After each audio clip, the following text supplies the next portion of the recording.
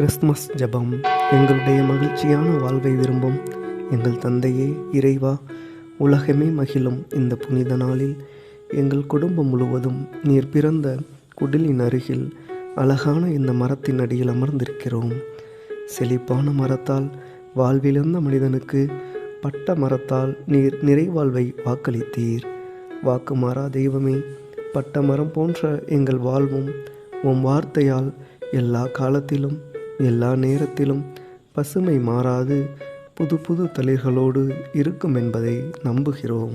இக்கிறிஸ்மஸ் மரத்தை அழகு செய்யும் மின்னும் வண்ண விளக்குகள் போல எங்கள் வாழ்வும் என்றும் சுடர்விட்டு ஒளிரச் செய்வீர்.